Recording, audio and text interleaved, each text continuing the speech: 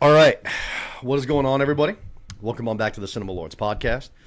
This is going to be our Last of Us Episode 2 recap.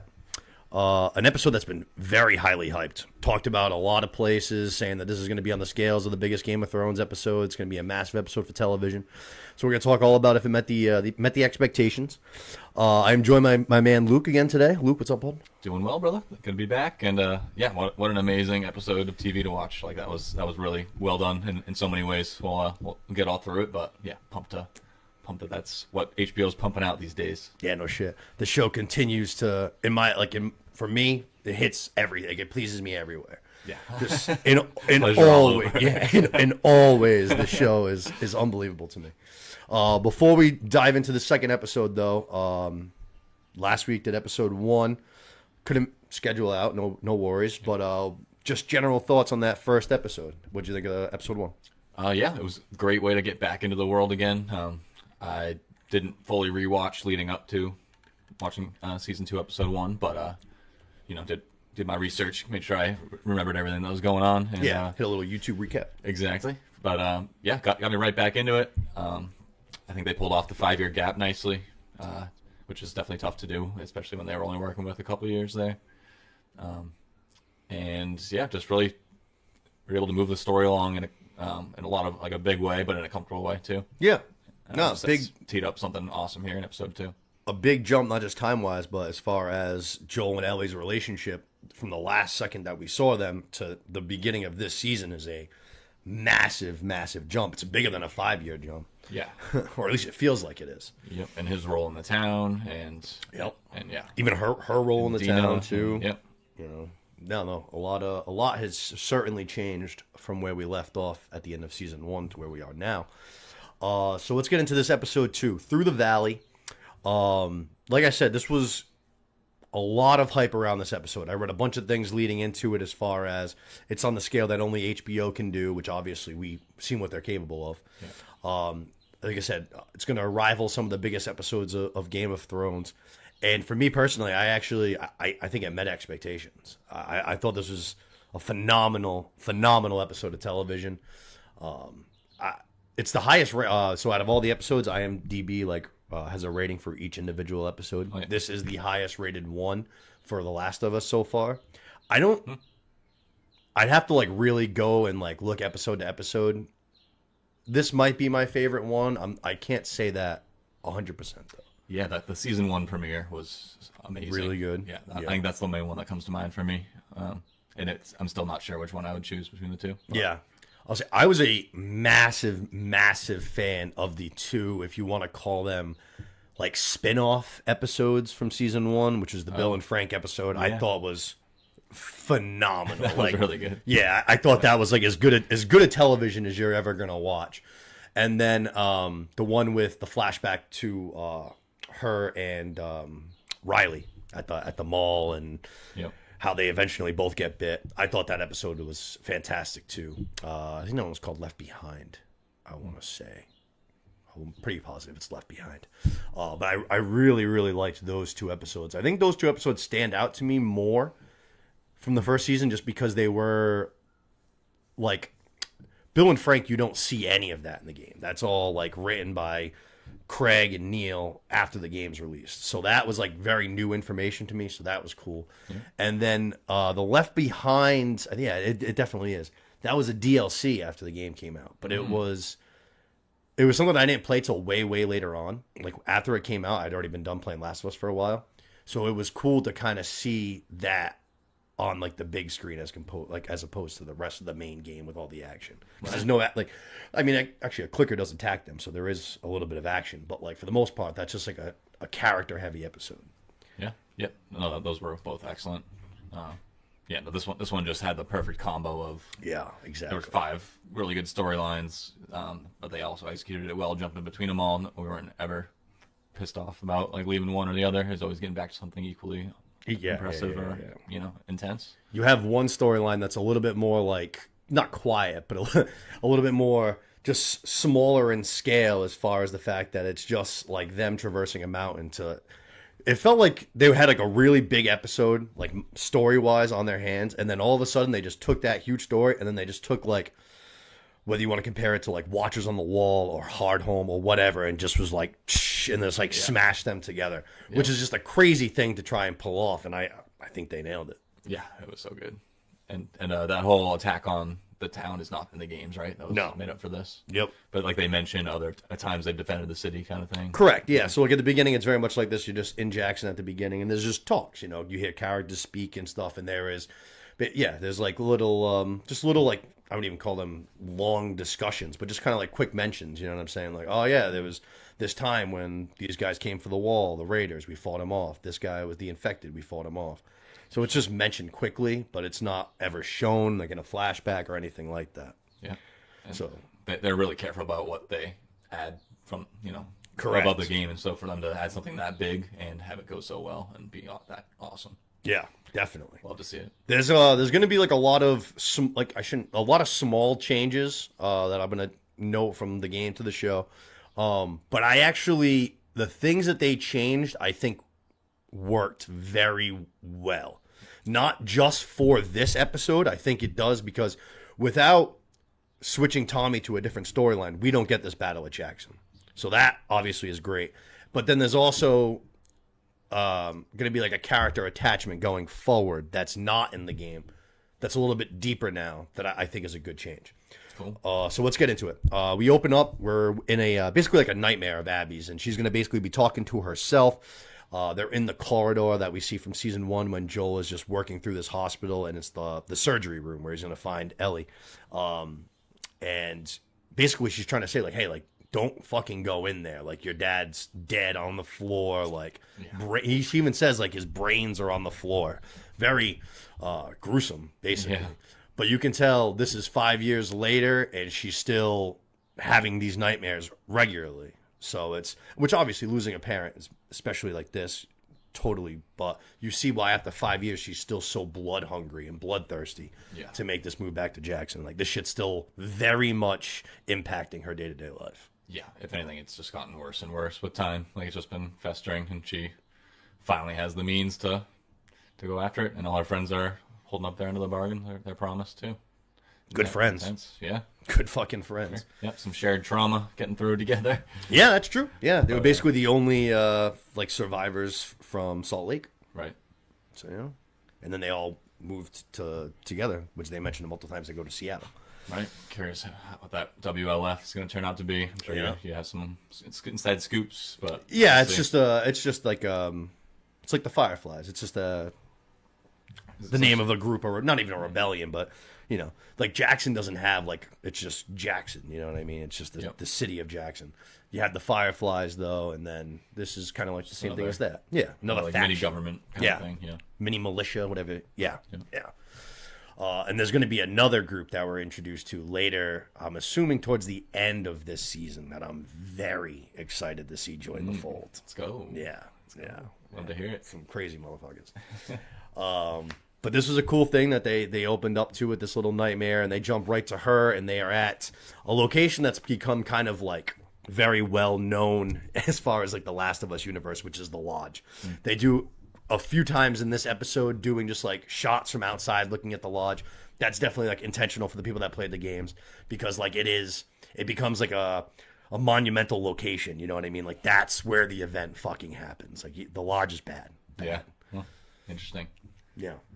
I liked that they did it right in that first scene though. They do like the outshot, so it's like for everybody, like, hey, not only is it here, it looks exactly the way it does in the game. Like perfectly recreated. Yeah, this is the episode, or like, because you guys all knew that's where it goes down. Right.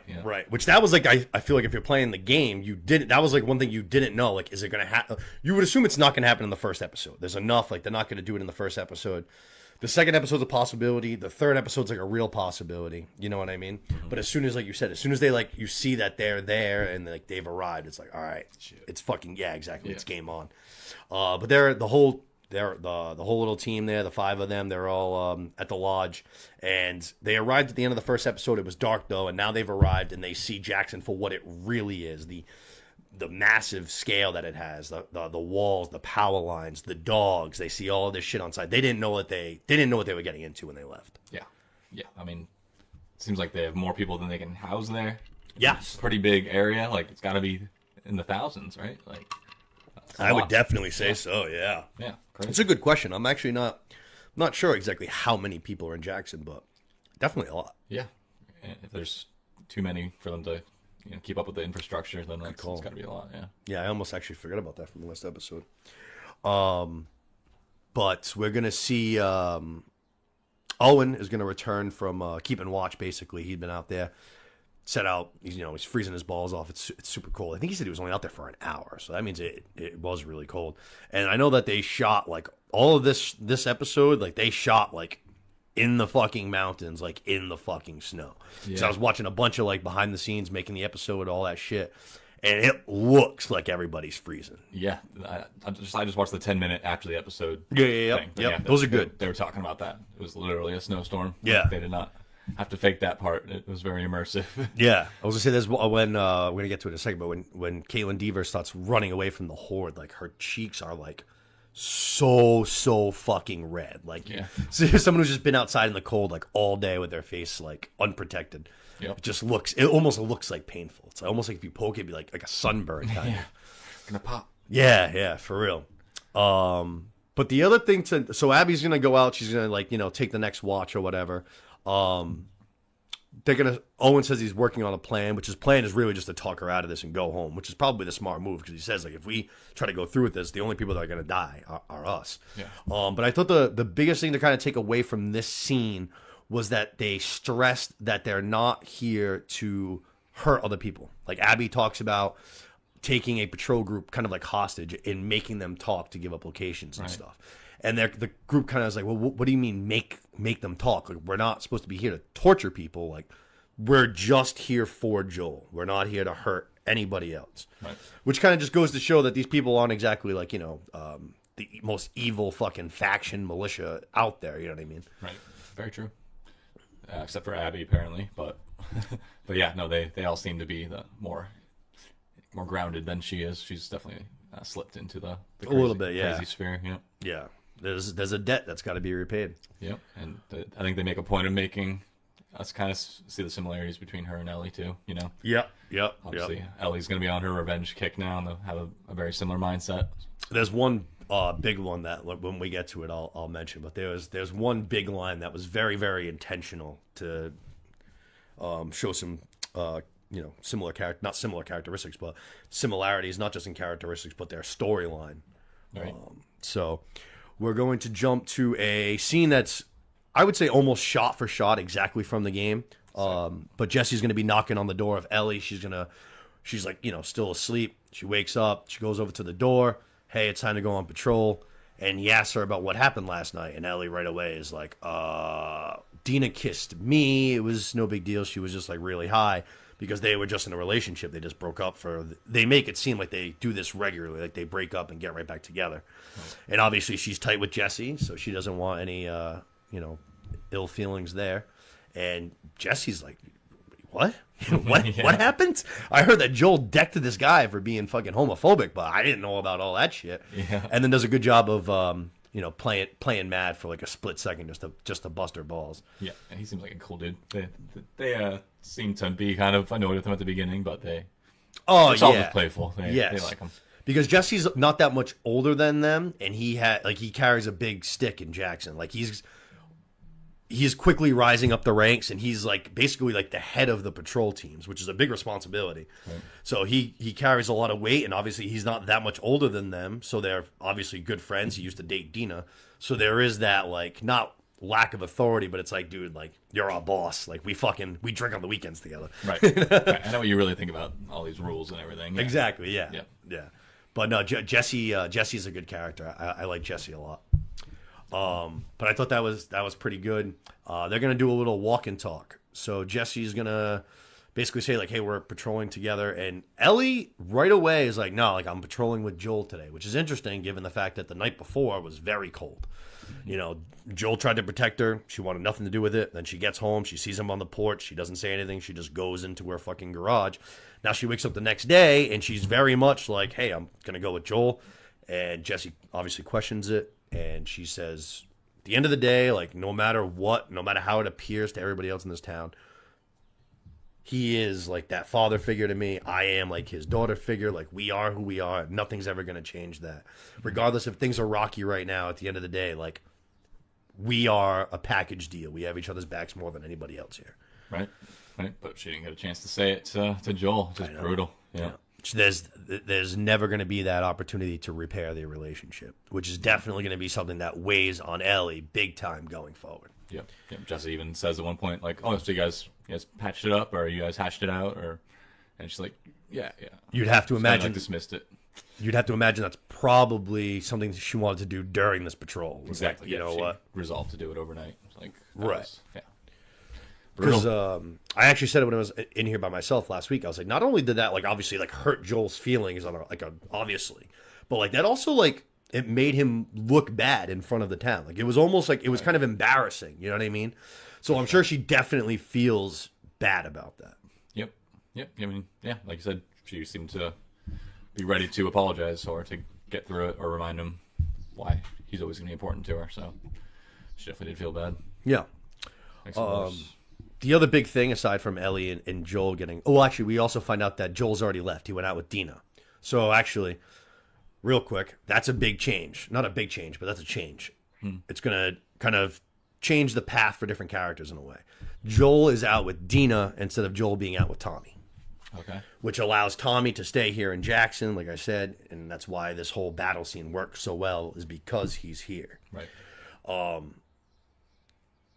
I saw some things online that people are mad about the battle, and they kind of say like, oh well, without Tommy being with Joel, now he doesn't have like the guilt and the anger and the survivor's guilt and shit like that. I was like, I don't see that at all. Like either way, he survived. His brother didn't. He wasn't there to try and protect him. So if anything, he's gonna feel guilt and remorse about that. Mm-hmm. So it's like I don't understand that spin. It's like those are the people that just want to complain just to complain about like literally anything. Right. So to me, to take Tommy out of that wasn't a big deal to me at all.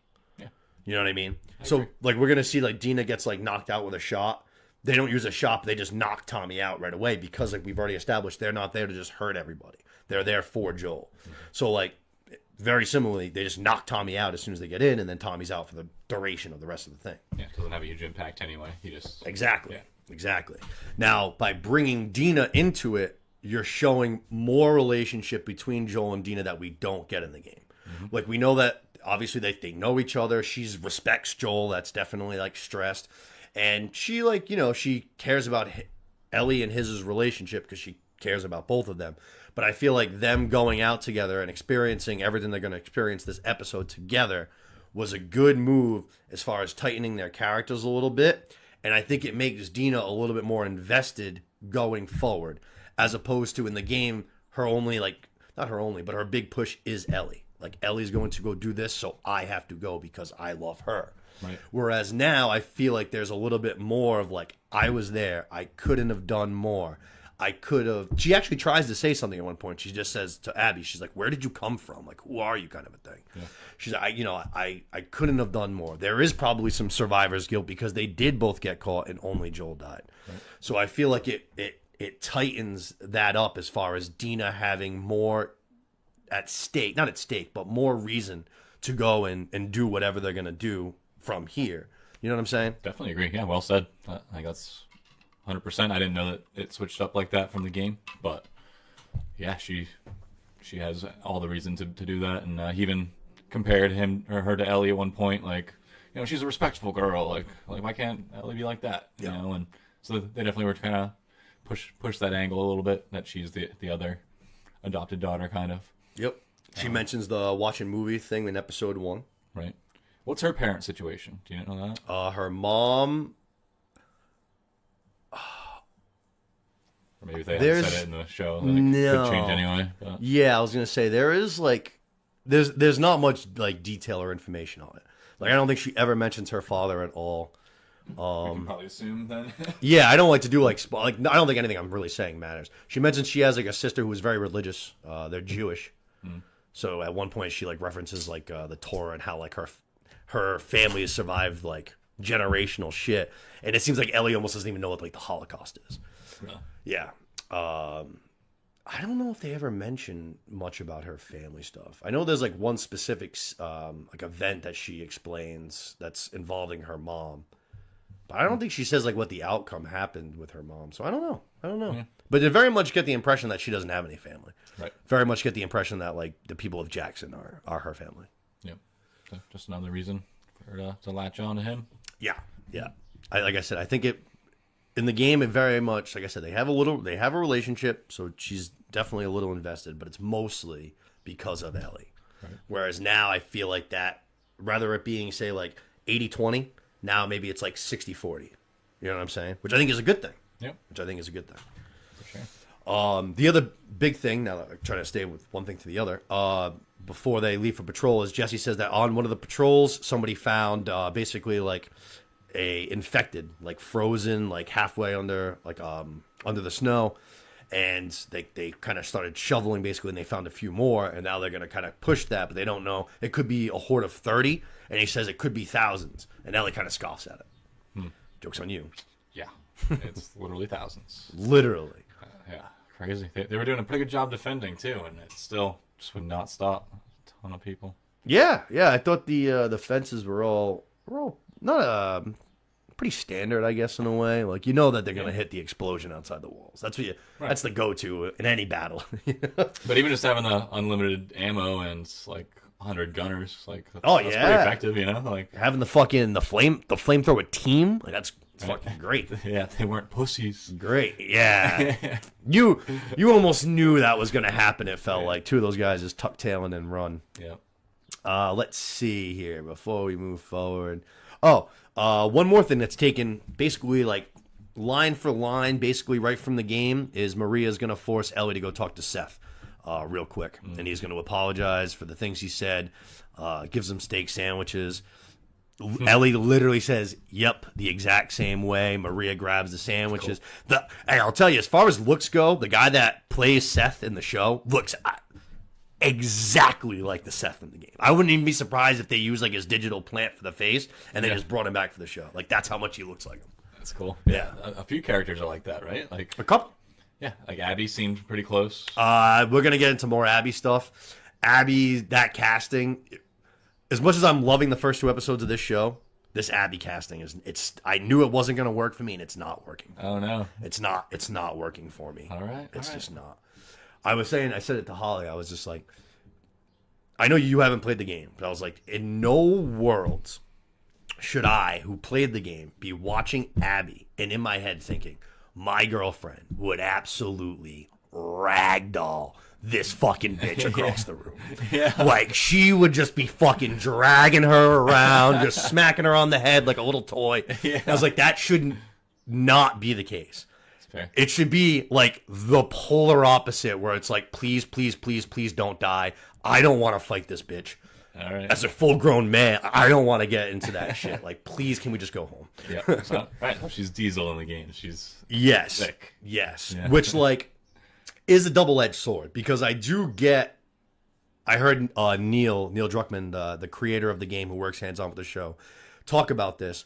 But basically, because you play as Abby for half of the game. You play as both Ellie and Abby. Okay. If you're going to be playing as 2 different characters, you do have to have 2 separate ways of playing the game. Mm-hmm. You know what I mean? So Ellie's smaller, so she uses more stealth. She relies on her quickness, her speed. Yep. Abby is very much the opposite. She is a powerhouse. Like, she is a brute force, which makes sense in the fact that you want to have 2 different playing styles. But it also, story-wise, does play like into Abby's character. Like, there is that intimidation level where like people like look to her because she is a good leader, but also because they're like a little bit afraid of her. Yeah. You know what I mean? Like, she does, like, you see her and you're like, fuck, like, she's gonna be a problem. You know what I'm saying? Yeah.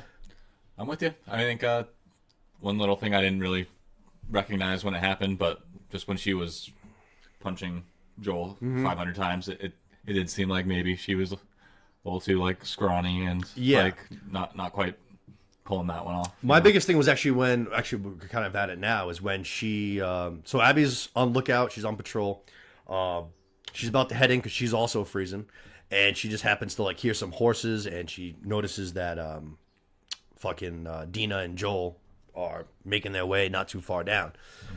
So she's gonna like slide on after them. I think we skipped a couple things, but we'll move around, we'll jump around. She's gonna slide on down after them, kind of trying to get in pursuit, and she's gonna fall into like a little like almost like a cemetery, a graveyard of infected. Awesome visual scene, like wicked cool visually. Like it almost looked like a fucking like a sinkhole, kind of like the infected on the top were like sinking down as the ones from underneath were like crawling up. Right. So fucking cool visually. Really sick. Yeah. Yep. You just see something moving, and then you realize it's not actually that thing moving. It's like the snow boiling. Right. Yeah. Crazy. So this is kind of so she takes off running, which we see like the aerial view. We see all the infected chasing her, which is like, this show is unbelievable in that sense. It's just like how many you had to have so many extras like actually like chasing after this girl, and it's like that must be fucking intense to film. Yeah. But this was the moment where like you see her and she's like running, and she just, even when she's like running like that, like I'm just like in my head I'm like, you look like a little girl running from a monster. You know what I mean? Like that's just how it views to me. Granted, even if she was the Abby in my head, she's still running as well. But like I'm just watching her, and it's just like a little like, oh shit, they're after me. Like I'm just like, I'm not like in any way intimidated by you. And that's the thing that's so big in the game, is like Abby is intimidating. She is, like, you know what I mean? Like I said, it's like you come across it and it's like, fuck. Like you can tell that this girl, even if it's in the apocalypse, like she's been these 5 years, she's been waiting for like this. She's been fucking eating any protein she can get her hands on and just lifting all fucking just doing day. The punching bag 4 hours a night. Yeah. Like just getting power fucking punches only. yeah, because she's jacked. Like she's fucking massive, dude. She's like fucking huge human. But that was like the thing when I saw her like running like that, I was just like, oh, that's tough. And like you said, the punches was tough. Even like, I don't know, the golf club, the whole thing, I don't know. It just... Right. They're just scared of her because she's tapped, not because she's physically intimidated. Right. And I want to, like, I know, like, this has nothing to do with the actress. Like, I have no... I think from, like, like an acting standpoint, she's really great. I think, like, from... My problem with, the casting is not because of her acting or anything like that. You know what I'm saying? Right. Like, she's a very talented actress. It's just the physicality drastically changes the character, and I much prefer it to the source material as opposed to this. Yep. Needed it to be a MMA girl or something. Right. Like Kira Dune kind of thing from Andor. Right. Yep. They're very much like, it's kind of like I was saying, like Ellie's like the quickness and the sneakiness, and it's like, yep, there is that like two different fight styles. You know what I mean? You get the brick shithouse powerhouse versus the quick speedster, and it's like which one is going to be better than the other one? You know what I mean? Right. So there is that. Now I feel like now it's just going to be like. I'm gonna go into any altercation thinking that if there was an altercation between the two of them, I'm thinking Ellie's gonna ragdoll this bitch. Right. You know what I mean? Like I'm like, you're in a little militia too. Ellie's a savage. She's a fucking pit bull. Yep. So I don't know. We'll see. We're gonna get there to all that great stuff because obviously there's a vengeance tour fucking coming. Right. A vengeance tour coming. Yep. So. Let's see here. Let's see. The storm is going to be picking up. We're going to see that the storm is picking up pretty bad. Tommy's calling to bring all of the teams in. Ellie and Jesse are kind of like, we're too far out. We can't make it to Jackson before the storm gets too bad. Jesse knows a place to camp out, which is cool. So this was all the same, only it's Ellie and Dina. But for the most part, this was all pretty much the same. Like they stop at a little place. It happened to be Eugene's like hideout. This is where he does like grow his weed. Mm-hmm. It's cool though because it's like down. So he's got a generator in there. So like you kick up the generator so you can get like these little like space heaters going, and like it's like wooden floorboards. So when you flick the generator on, so I don't remember if it's Ellie or Dina, but they notice like there's like light coming through the floorboard. So they're like, yo, there's like something downstairs, and there's like a little secret bookcase. And then you go down, and it's just a fucking massive grow room. Wow. That's awesome. Yeah. So this guy Gene must have just recently died, like very recently, you would think, if all those plants are still growing nicely and all that. Well, so actually, I still think you're right. I don't think it's been too long since he's died in the game, but the plants actually are dead. Oh, okay. The plants are dead. They find a mason jar that's got a bunch of joints in it, so those were safe. Nice. Good Easter egg is Ellie does find the gas mask. Nice. That's Really? like a good little Easter egg there. Yeah, Cool. yeah. That was a good little Easter egg. I was curious about that guy Eugene too. Do they get into what really happened there, or like what he was all In the about? game, Joel doesn't kill him. Oh. So that's entirely changed for the show, and I think it's really just we only got. I don't know if we're gonna get any more Catherine O'Hara, which is kind of sad because I really liked her appearance in episode 1, but I think that was just kind of to tie Eugene further down character wise to somebody else in Jackson. Yep. Makes more sense for Catherine O'Hara and Pedro Pascal's conversation. I think it was a subtle, good little change. Yeah, I guess we could maybe see Ellie with her at some point. She could Maybe. follow up after Joel's Oh death or yes, something. that's not a bad call. Try to Or even help her Tommy, cope. maybe Tommy, Dina, Ellie. That's a good Right. call. I could see that. Yep. I would like one more appearance. I fucking love Catherine O'Hara. Yeah, She's great, but I thought she was really good in that first episode. definitely. Yeah, really, really good scene. Badass, drunk, smart chick who's like just laying down the law real quick with someone she doesn't really like very much. Yeah, I saw Craig Mazin was saying that he said he basically like he's thought this for a while now, and like there's examples of it, but he's like the best like comedic actors actually turn around and are really good like dramatic actors. You know what I mean? Yeah. And he was like, Catherine O'Hara is known because she is very, very funny, but then he goes, it's almost harder to be funny than it is to be dramatic or intense or suspenseful. You know what I mean? He's like, it's tougher to try and make people laugh and have comedy cues and hit spots and jokes in the right time, whereas opposed to this. And he's like, this is a perfect example of this. And as soon as he's saying that, I was like, that's literally Nick Offerman from the Bill and Frank episode. Yeah. I was like, Nick Offerman is literally known as like a funny guy. Like he's, Parks and Rec or whatever else, where the middle is, like he's always funny. Mm-hmm. And to ask him to do something grounded and serious, and he was fucking phenomenal. Yeah, you know what I mean? That's a really good point. I never really thought of it that way, but yeah, make people laugh is really an art. Yeah, it is. I don't think I thought about it that way either until I heard that. Yeah, very cool. But yeah, no, I thought that was good. I said one other really quick theory, just in case it comes please. up. But I'm wondering if maybe this guy Gene, maybe Eugene, he found out because he was a Firefly, so maybe he found out through some back channels what went down at Salt Lake, and Joel had to kill him to hide their secret or something. Okay, I kind of just assumed it was like they were like coming back to Jackson, and Eugene was like on watch and kind of thing. You know what I mean? Like he held them at gunpoint, and I don't know. It seemed controversial, whatever it was, at least based on his wife's thing. I don't know if she. It seemed brutalized, is what it seemed, because everyone keeps saying that you had no choice. Everyone seems to agree on that. Mm-hmm. It was a necessary move to survive, but it seems like how it happened is more of the issue, because Jesse kind of says something.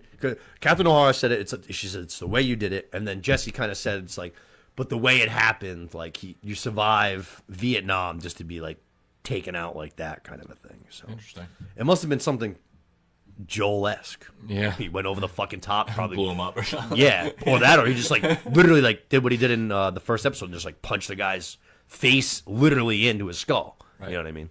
Oh yeah. Snapped. Complete random thought for the people that are watching this and like Daredevil, for you guys to sit there and be like, oh, the Kingpin ripped the guy's head in half and enjoyed it. You guys are fucking idiots. Thinking he's the fucking Mountain dude. Like, yeah, all right, Vincent D'Onofrio is gonna rip my skull in half. We're back. Just watched the Daredevil finale last night. Oh my god. Oh, not unbelievable. Did you watch that show? big time Andor vibes. Damn. Boring. Which comes back today. Yeah. Have hope. Have faith. So let's see here. Like I said, the storm's getting bad. We have Joel and Dina unreachable. We have Ellie and Jesse holding up for the night. And then we have Abby, who we just expressed is on the run from this humongous horde. So we see her. She's just fucking straight booking it down this mountain. And eventually she's going to get to like a little, I don't know, some kind of a little building. She hops a fence. And then we have this awesome recreation from the game where she kind of thinks she's okay. She's like, I got over the fence. Like, I can't see them. Like, we're good. I'm good. And then she's walking through this very tight little building, metal fence. And all of a sudden, they just fucking come charging right at that fence. They, like, take it down. And she's got to, like, army crawl through this very tight little space. That was intense. Awesome. They're, like, licking through the fence and stuff. That was wild. The one guy is, like, putting his hand, like, through the metal. Like, it's cutting into his flesh. Yeah. It's really good. Yep, that's like Game of Thrones walking off the cliff stuff. Yeah. Like they just walk off the cliff to go towards their target. They don't give a fuck about themselves. It's very cool too, from the sense that this is how good they are. It's like I know what's going to happen. Like you know what I mean? Like I see this, and I've played it like fucking 7 times. Like I know what's gonna happen, and I'm still sitting there. I'm like, oh fuck, Here it is. She might not make it. Yep. This shit's intense. You know what I mean? And of course, she's able to come out the other end. And who saves her but Joel? Joel pops this infected right in the head, picks up Abby. It says, you know, hey, like let's keep running. We gotta move. And at this moment, I think it's very important to note in the game that at this moment, while you're playing, this is your first time playing as Abby, while all of this is happening, right? You have no idea why Abby is in Jackson. And I feel like that is a change that I did not like. I think they gave away, the fact that they gave away what she wanted in the first scene of the first episode, I hated that. Yeah. Because there is such a, like, Joel's death becomes even more at a shock when you don't know that that's why they're there. You know what I'm saying? Right. Like, if his name's Joel is the first thing that happens, that's right. like, yep. Right. That's Dina. Yes. And his name's Joel. Yes. Like if that is the first moment that you're like, what the fuck's happening right now? Right. Yeah, whereas in the definitely a game, big shock. you have this clash now. It's like the guy that we just played the whole first game, a guy that we know very well, and this new character that we're being introduced to, and is obviously going to be a big part of the story because we're playing as her. Now we're together. And it's like, okay, like, cool. Like, where are we going to go from here? And then when you get to the resort and there it is, like, you don't know. You know what I mean? Yeah. There's a cool line in the game didn't make its way into the show, but it's like when they first kind of get in there, like I said, it is him and Tommy. And I think they basically like say the names like, oh, like this is Tommy and like this is Joel. And they all kind of just like stare at them, like without saying anything. And then Joel just goes, it looks like you guys have heard of us or something. And then Abby goes, that's because they have. And that's when she shoots him in the leg with a shotgun. So like at that moment, it's very much like, oh, fuck. Like it is shock value to the highest degree, which is a moment that we very much could have had still in this show that I feel like we were just taken away from us for no good reason. Yeah, I mean there is a trade-off that they considered to be worth it, I guess. But I'm with you that the trade-off is just that the more parallels we get with her and Ellie and that stuff, and maybe sympathizing with her more. Yeah, they're going to try trade to, off, sure. But that's what they decided was equal or greater than the game. Which, but yeah, no, I'm with you. That would have been a huge moment on top of an already amazing turn of events. I guess there's a small still sense of it that it stays just because Joel's the one that saves her. So like because we know why she's there, and now we see Joel, it's very like right away. It's very much like, oh fuck, like get away from this bitch. You know what I mean? Like this is not good. Right. I still didn't think there was any chance he was dying. I was like, this is bad, but it's probably worse for Abby. Like I don't know. Yeah. Like Joel's beat Abby. I'm like, what the fuck? So they get inside of a building, and the first so Dina's the one. She kind of is like she's screaming from below, and she says Joel. And as soon as she says Joel, the camera pans to Abby, and the first thing that Abby does is go for her gun. and realizes that her gun's gone. So right away you can see the gears are already starting to fucking turn. Right. Now, the snow's coming. Storm's bad. The infected are here. So it's very much like a what do we do? Joel's like, we got to go back to Jackson. Dina's like, we're never going to make it. And he's like, oh, probably, but like literally what the fuck else are we going to do? Yeah. And then Abby's the one that mentions, hey, like my friends are held up at the lodge not too far up the mountain. And Joel's kind of like, all right, we really don't have any other choice. But like I said earlier, it is good, not good to me, but I like that Dina. I mentioned in last week's episode when I was here by myself that I said like Dina's very much she's able to stop, back up, and look at everything through a bigger scale. You know what I mean? Yep. She is very much like a thinker. She's still a badass. Like she has no problem fucking shit up. But before she goes running in, she's not hot-headed like, say, Joel and Ellie are. Yep. She's more collected, takes a look at everything before, you know what I mean, moving in. Right. So, like, she's the one, not Joel, who's like, where did the infected come from? Where the fuck did you come from? So that I thought was good. And then we're going to basically... Oh, yeah. So they stop moving up the mountain. They go all in agreement. And we're going to see the huge horde chasing them again. And then we see back in Jackson, we ended the first episode with, I don't even know what the hell you want to call it, a collection of branches, or tumbleweed, if you will. Yeah. That's got like the parasite, the fungus like growing in it. And one of the construction workers at Jackson is hammering away, hits the pipe, hits the thing, and right away he sees what it is. And he's like, fuck, we have that hive mind situation from season 1. Yeah. So he hits that. The one horde that's chasing them keeps chasing them. A second horde forms because of the hive mind thing. Mm-hmm. They start charging down. The original horde still gets the hive mind. So now these two hordes form one massive horde, leave them, and go charging to Jackson. Yeah, they're all fucked. Yeah. Which brings us to something we've already kind of started to talk about, but this massive, massive battle for Jackson, which was so fucking cool. Right from the jump, when you showed the old guy looking through the binoculars, and it's kind of just like white on the horizon, and then all of a sudden it's little figures, black figures, just poking up. It was ripping. And there's so many. Yeah, it was definitely intense. Yep, and gave the Watchers on the Wall vibes. Like, Yep. blow the horn. Yep. 3 for White Walkers. Fucking let's There go. you go. I forgot about that. That's right. That's right. And 3. When did they ring it 3 times for White Walkers? Yeah, that's right. Good call.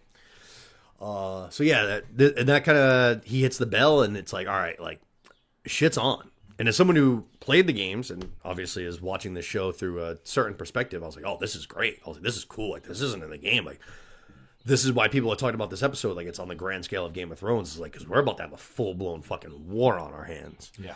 And it was very cool. A couple of I would say, the normal things. You got the old people and the children heading for the basements, women and children to the lifeboats, kind of thing.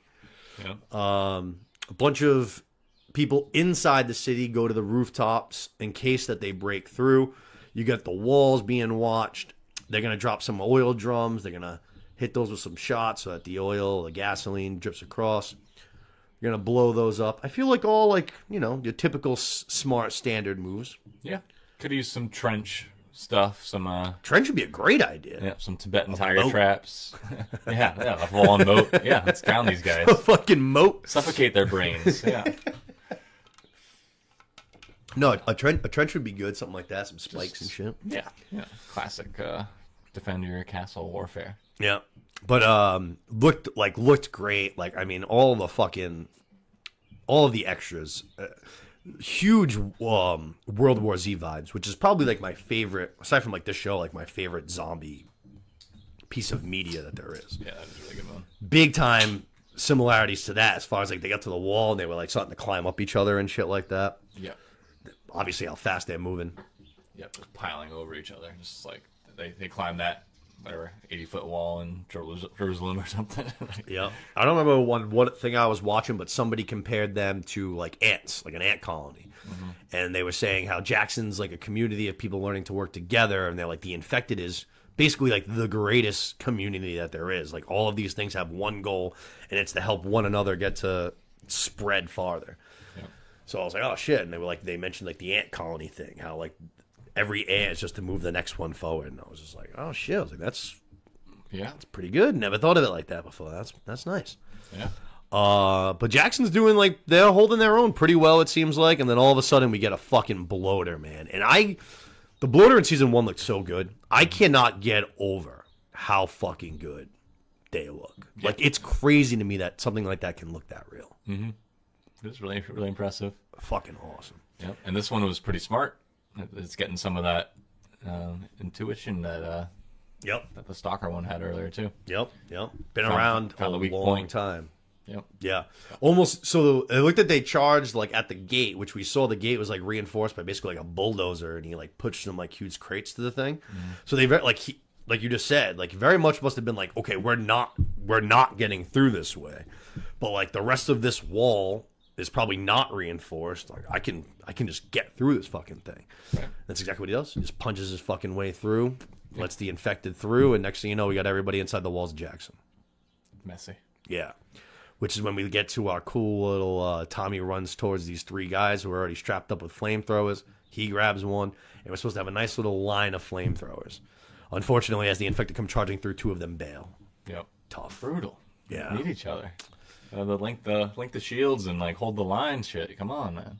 Those 3 other guys, like they should have had to go through the most intense like training, mental training, everything to like be a part of that flamethrower team. Like we need guys who are willing to die on a dime for this fucking community. You know what I mean? Right.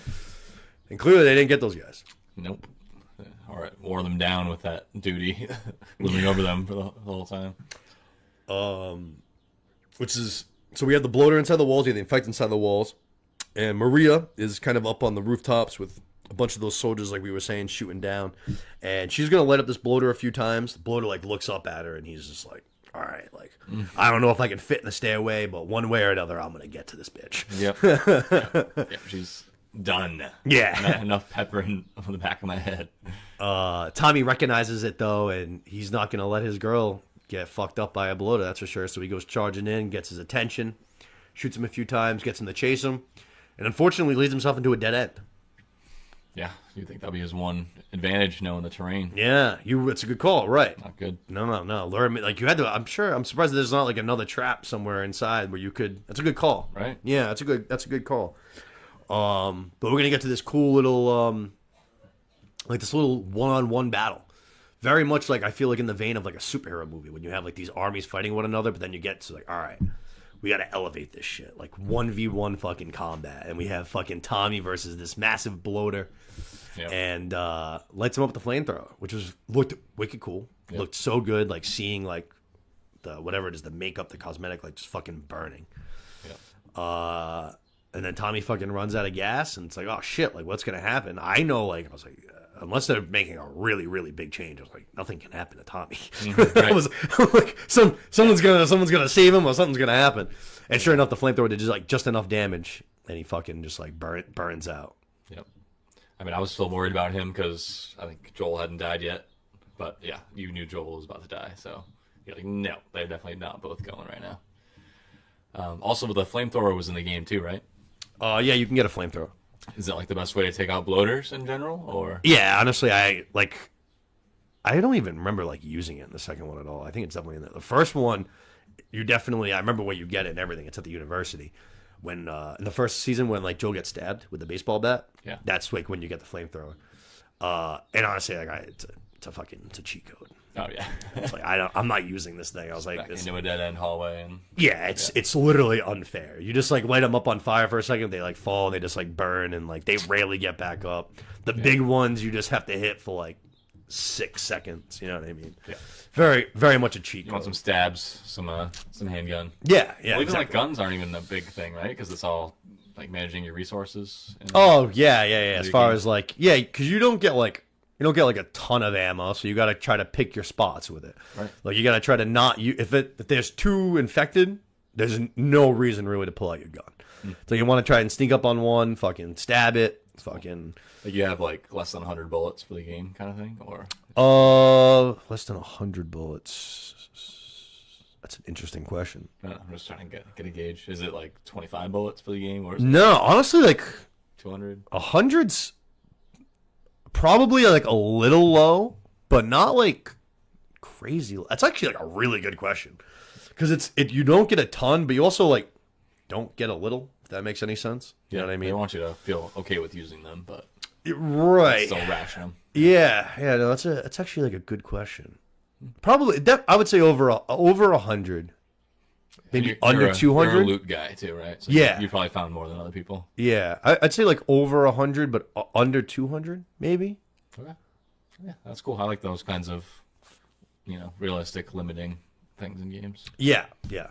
I mean, it's a big, as far as like, they showed it last week with like beer bottles. Like bottles and bricks are like a massive part of fighting and how to get around. Like if you have, like I said, if you have like 2, it's like, all right, let me fucking sneak up on one, stab it. When I stab it, the other one's gonna get alerted, huzz a bottle at it, it's gonna be fucking dazed, and then I charge it and fucking stab that one too. Nice. You know what I mean? Yep. It is very much like you gotta plan your attacks. Even if you're fighting 4 or 5 and you know you're gonna have to use your gun, you want to take out 1 or 2 before you have to use your gun. You know what I mean? Yeah.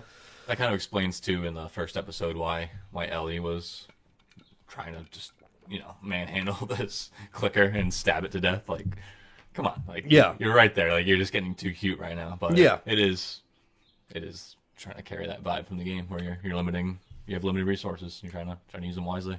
I think it is always like goes back to like especially like with Dina stopped there. Like even though you only heard 2 initially, it's like you're on the top floor. Like you don't know what's below you. You don't know what's like to the right of you. Like if you shoot a gun, maybe there's fucking 3 more infected that are like half asleep in this building, and that gunshot wakes them up, and the next thing you know, you're getting charged by 3 fresh ones. Yeah, you know what I mean?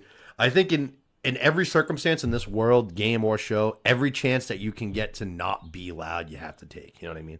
If you can fucking sneak up and stab one, you gotta do that, as opposed to the opposite, because you don't know what's coming. Yep. Especially in the game, because there is no hive mind thing. So I feel like noise is an even bigger thing as far as like them hearing it and coming charging at you. Right. It's your main weakness. Right. Yep. Yeah. You're very aware. Yep. Yeah.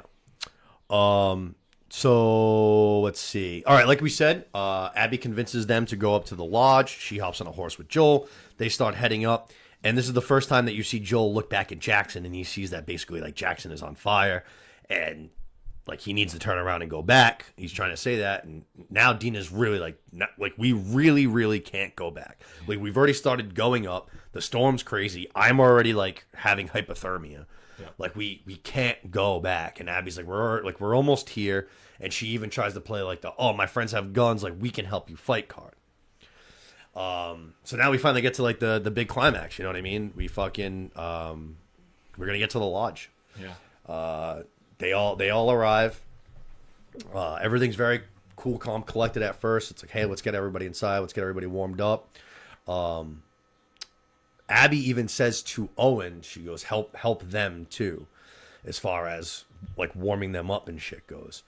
Which she seemed a little surprised by, which made me a little bit confused because you don't know it's Joel yet, and you've also made it abundantly clear that we're not here to hurt people that aren't Joel. So wouldn't his natural reaction be to help them? You know what I'm saying? Like, Abby's clearly okay. She's not afraid of these guys. She's not under attack by them. Like, they come in like a friendly fashion. Right, yeah. You're express that we're good people. So why would you be like hesitant to help?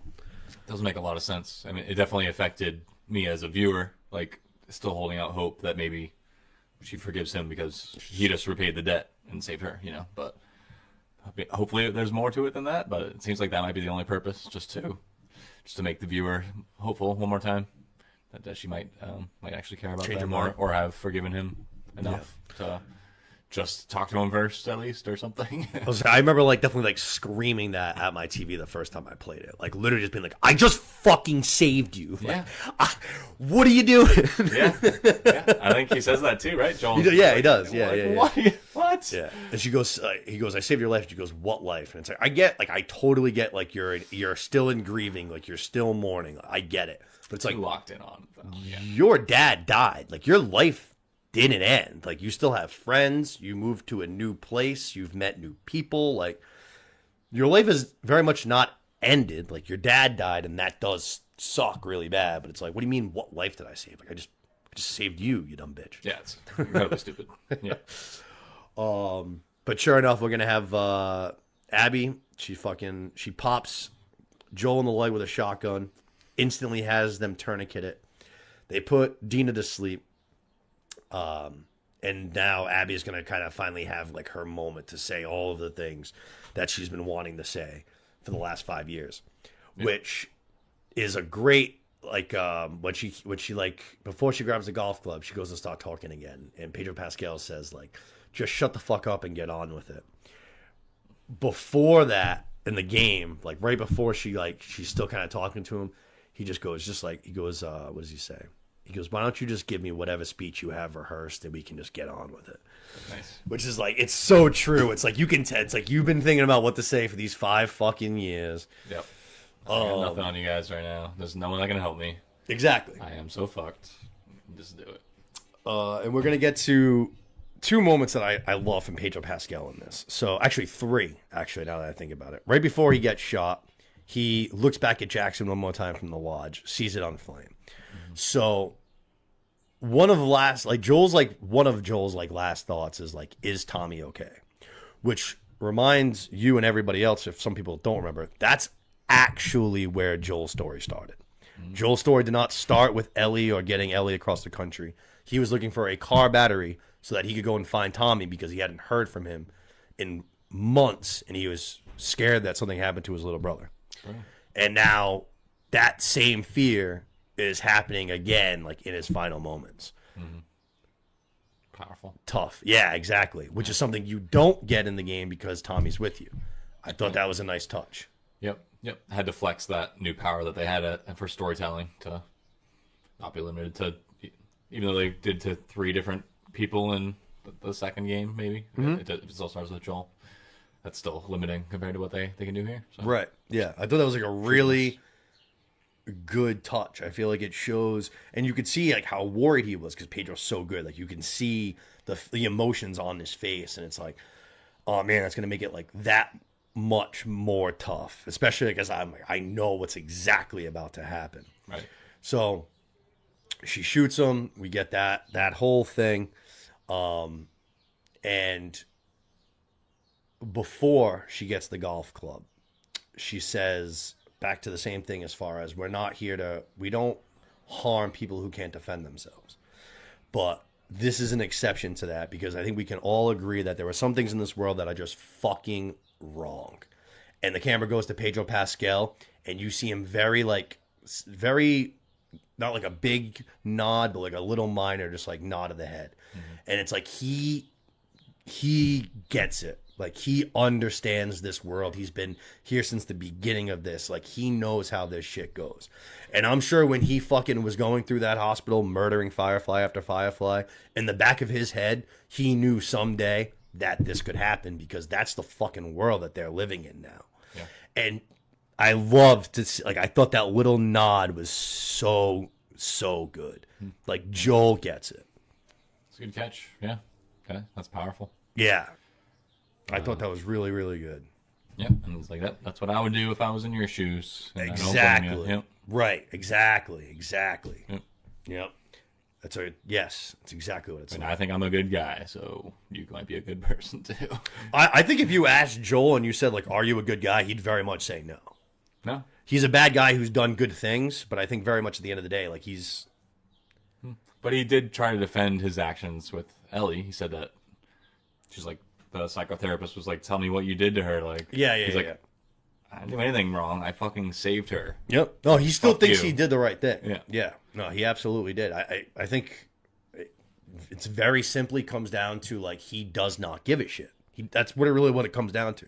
He's like, if you were gonna, I could save all of humanity or I can save just her, then fuck humanity. Like, they all die. And he's okay with that. But I think that nod shows that he understands and accepts that there are repercussions for that choice. There are fucking things that happen because of the decisions that you make. Yeah. And he gets that. Yeah. So I thought that was great. And then we're going to have... so Caitlin Divas gets the golf club. She starts, like, beating the shit out of him. The leg shot. We see her, like, just punching him in the head a bunch of times. Ellie's going to show up. She goes to go, like, barreling into the room. And we have Manny, played by Danny Ramirez, Falcon. Mm-hmm. He is able to, like, kind of, like, catch her, pushes her gun up. She shoots nothing. They kind of, like, throw it to the ground. She gets a nice little slash in with a knife though before they throw it to the ground, and right away Manny like goes over to shoot her, and Owen's the one that stops her for the first time. It's the first time he stops her, and it's very like even in that moment, especially like once you know what's gonna happen, it's like you shouldn't have stopped him. Yeah, you should have just let him fucking do it. Yep. Slightly excusable, just like a rage reaction. Yes. Not discussed by anybody or anything. But now it's a big issue. Yes. Oh shit! You know what? One thing I forgot to mention. I was talking about comparisons earlier a little while ago. I said I mentioned one. Abby says to Joel, she goes, "When you killed my dad, I was 19." That's how old Ellie is right now. Yeah. Same age, both losing father figure. Yeah. So. Yep. That's huge. Yeah, I thought that was a good little touch. Yeah, that could have been part of Pedro's nod too. You know. Like, yeah. Ellie's also got that same spark that you're freaking sparking right now. Right. It all comes around, and she's been suffering with this for 5 years, and you're immediately putting that exact same thing onto somebody else now. You're taking that pain and you're just putting it on somebody else's shoulders. Ellie says it, right? I'm gonna fucking murder you. Oh, yeah, it's great. So Ellie comes in, like we said. She gets, like, pinned to the ground, and we see Pedro Pascal with fantastic makeup, which is another thing that I saw. Craig Mazin was talking to the head of the makeup department, and he said, like, basically, he was just like, obviously, I've already asked you to do so much in season 1. He's like, I'm going to ask you to do so much in this series as far as the clickers and the infected and all of that. And he goes, getting Joel right, getting Pedro's face right in this scene is the most important thing that we're going to do on this show. Do not fuck it up. And the guy said very much, he was just like, it was the most nervous he's been. He was an older guy, too. He was probably, like, I would guess in his 60s, if I had to say, based on his look. And he was very much just like nervous, like, yes, okay. But then they went into like how he pulled it off. And it looked great. They did a 3D scan of Pedro. Yes. And like worked on that. Like they basically were able to practice like they're working on him directly for months and months and got it exactly right. And it looked great because when Ellie's on the ground and she looks over at him, the swelling, the bruising, his eyes were basically closed because they were so beaten. Yeah. It looked so gnarly. And Bella Ramsey, man, this was, if you want to see a master class in acting, she's going to say get up to Joel like 6 times, and every one you can feel like a different emotion coming from her.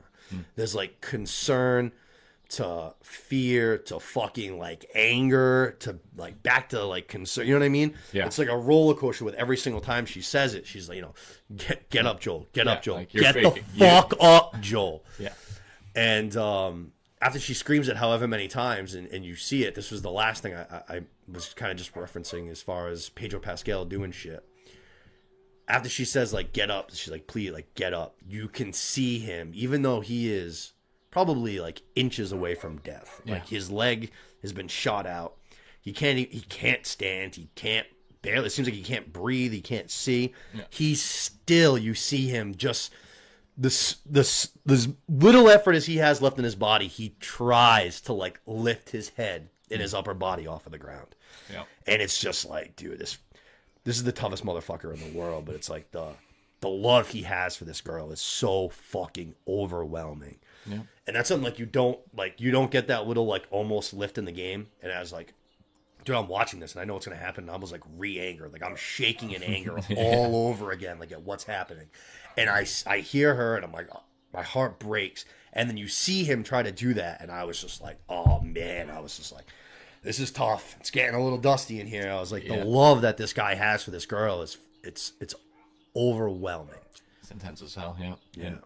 And then, not to overshadow Ellie at all, but that is sourced by his love for his daughter and his wife, like, and all that, too. Like, it's just this stacking of these traumas on him, like, and it just makes it worse and worse, and where he's wanting to do more and more shit, and and then all that gets stacked on Ellie.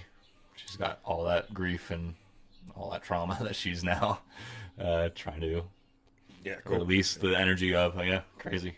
He was dead for so many years. He was dead for like 20 years, and then Ellie comes along and completely like gives him a reason to live. Literally like changes everything about his entire perspective, like every single thing. And now that he has that back, it's like, I will do anything at all costs, whether it's murder 18 Fireflies and a doctor, which, mind you, in the game, you murder the doctor, those 2 nurses that are in there, you can absolutely murder. I've murdered them 50 times in 50 different ways. Yeah. He really should have done that because those are 2 bitches were rats. That's true. That's true. And the only reason that they knew anything about him was because of those 2 fucking nurses. You should have killed them too. Yeah. I've done some horrible things to them. The game lit them on fire. Does make you kill the doctor, though, right?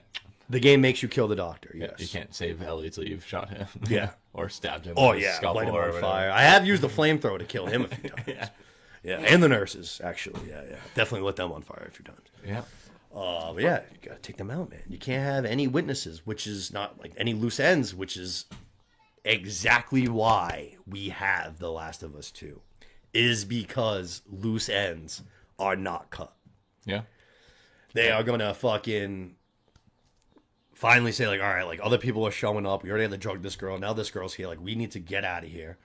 Stabs him with the golf club, which is fucking awful. Like, in the game, she just, like, caves his skull in, which is basically as awful. But I don't know. Something about, like, the stab through the... She does it, like, slow, too. You know what I mean? Yeah. Like, she goes, like, right over to him and kind of, like, puts it, like, right to his neck and then just kind of, like... Yeah. It's not with like a jagged, like, ripped in half. Right. 6-iron shaft. Yeah. It's nasty. Yeah. And then they are basically going to walk right the fuck out, but Manny is going to try to go back again, and Owen stops him a second time. Mm-hmm. And now it's really like, this girl just saw, like, what we did, and she literally just said, like, I'm going to fucking kill all of you. You're all fucking dead. Mm-hmm. And it's like, might not be a bad idea to let this guy fucking pop this girl. Yeah, does this look familiar to any of us? Like, yeah. Fucking crazy bitch whose dad died? Exactly. Like, right. Yeah. And sure enough, they're going to just they're going to leave her there. They're going to leave Dina, who also saw all of their faces and all of that shit. They're going to leave the both of them behind. And that is going to literally set the pace for the entire rest of this show. Oh, yeah. Because now... So they're also, I was going to ask... Vengeance must be had. Wonder if, obviously, Ellie's going to be going outward trying to find them, but are they going to have second thoughts about they didn't clean up enough, too, and kind of be hunting both ways? I think that... Yeah, I think that, like, is... Like, shit, this is bad. Like, we gotta go back and find that loose end. And, yeah. Yep. Yeah, that'll... I mean, it's definitely going to be dialing into Tommy more, get some Dina more. Yep. Maybe Jesse. You like Jesse? Yep.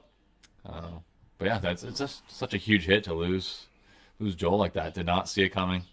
It all just, like I said, I was holding out hope up until when she's like, "Yep," and that's Joel, because she said to take care of them first and all that. Like, it really seemed like it was going to go okay, or that there was a chance. And then Ellie almost came in and saved him, and yeah, it was just all I was holding out hope till then, probably. Her, like, crawling over to Pedro's body was fucking... Yeah, just with her chest caved in from that punt. Yeah. Brutal. Her, like, putting her face, like, onto his and, like, holding his hand and grabbing the club. Like I said, I was like, oh, man. I was like, this isn't happening in the game either. I was like, I don't know, man. This is pretty sad. The air is spicy in here. Yeah. And we're going to see them, Jesse, Dina, are going to be dragging Joel's body back to Jackson. And you see Bella Ramsey, you see Ellie, like, while they're riding, she's, like, she's riding in front of Jesse, and she's, like, turning to, like, look back at Joel's body. Almost as if, like, is he moving? Like, maybe we got it wrong. Maybe he's not dead. Maybe he's moving. Or maybe he's still alive. Yeah, complete disbelief. Yeah. No way. Yeah. Same way she was telling him to get up when he was shredded to pieces already. Yeah. Yep. Definitely not giving anything away, because if you've seen the trailers for the show for this season, you know that we will see Pedro Pascal again. Flashbacks, I think that's kind of assumed. Yeah. Because there is a scene in the trailer already that very much has not happened yet. Okay, cool. I hope that the next time we see him will be for very much an episode like Left Behind with Ellie and Riley at the mall. I want a full episode, and the two of them. Yeah. versus some traumatic shit. Yeah. I really hope I really want it to be like a full fucking episode. Like I want them to like really fucking take their time with it. Mm-hmm. And if they do that, that's going to be there's going to be waterworks and houses across the globe. Let's go. Let's go. Yeah, they're on a good track right now. It's oh shit! impressive. Let me plug in this camera real fast. I didn't even realize we're about to die. Oh, we're getting low. Yeah, we're almost finishing up. 7%. Good catch. Good catch. Yeah, I just looked to see how much time we've gone. And... It goes down 1%.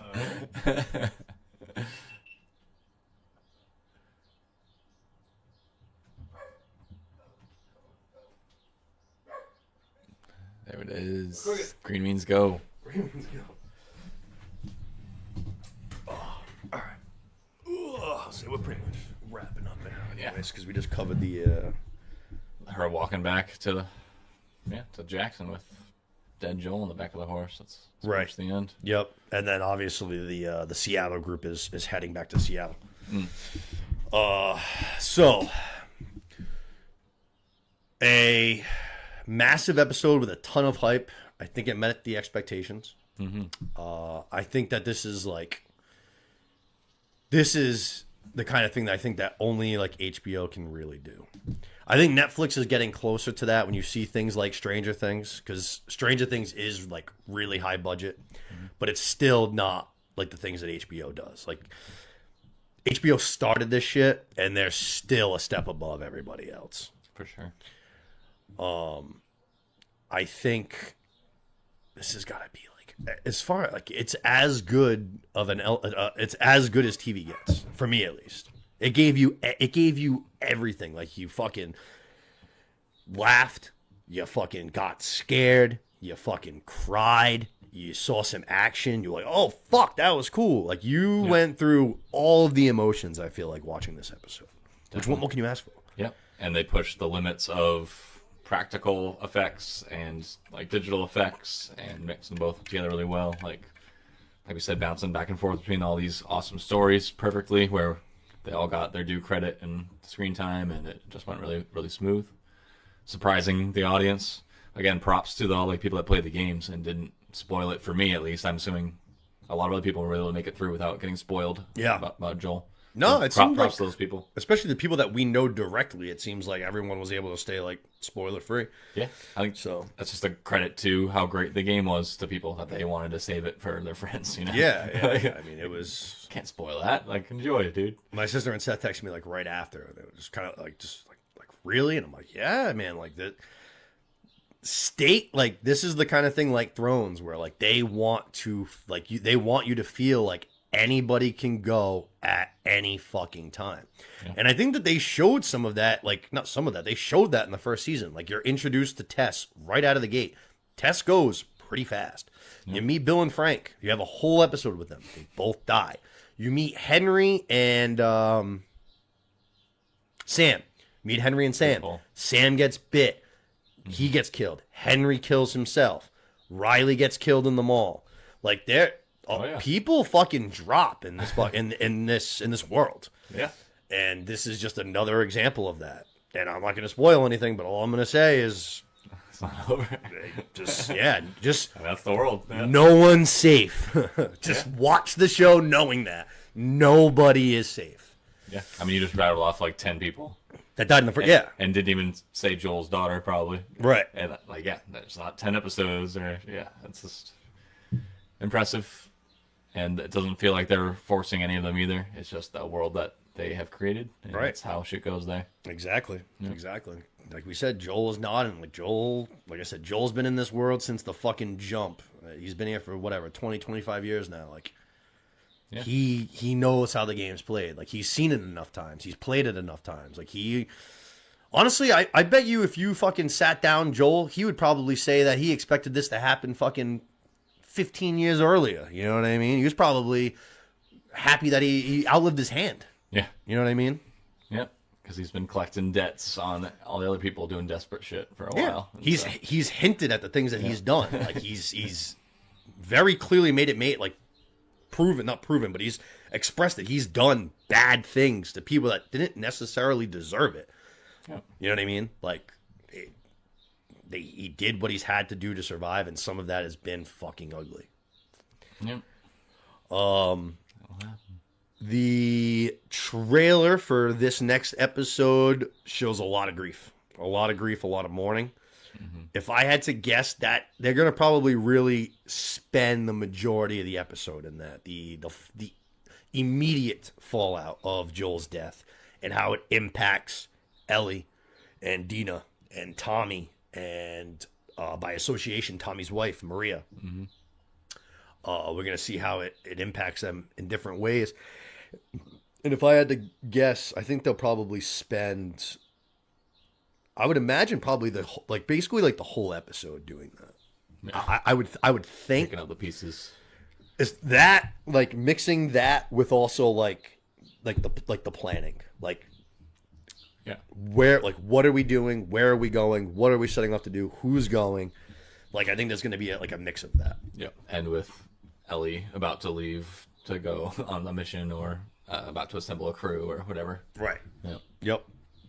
Fucking, it took Abby and her group 5 years to do whatever, go to a different militia, train, get resources, then come back here to Jackson, find these people, track them down. It took them 5 years. Right.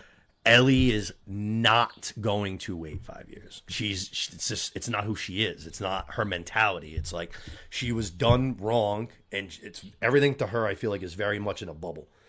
Every time in the first one, every time there's a problem, it was very much handled immediately. You know what I'm saying? Yeah. So I think the idea of them saying all right, we have to wait, a few months to, put together an army and to march over to fucking Seattle. That's very much not how she's gonna view things. It's right. Nope. Later, guys. See you over there. Yeah. Yeah. I'm with you. I think it's gonna be a heater of a season. Yeah, I think so too. Only 7 episodes, so we're already fucking basically a third, almost the way through. Season 1 covered pretty much the whole first game, right? The entire first game. But I think they're already doing at least a third season. Yeah, this is split into 2. So, okay. So which you have to do. This game is split into 2. Yeah. Okay. Yeah. This game is just so much more dense. It's easily double the gameplay time. Easily, there's just so much more to go through.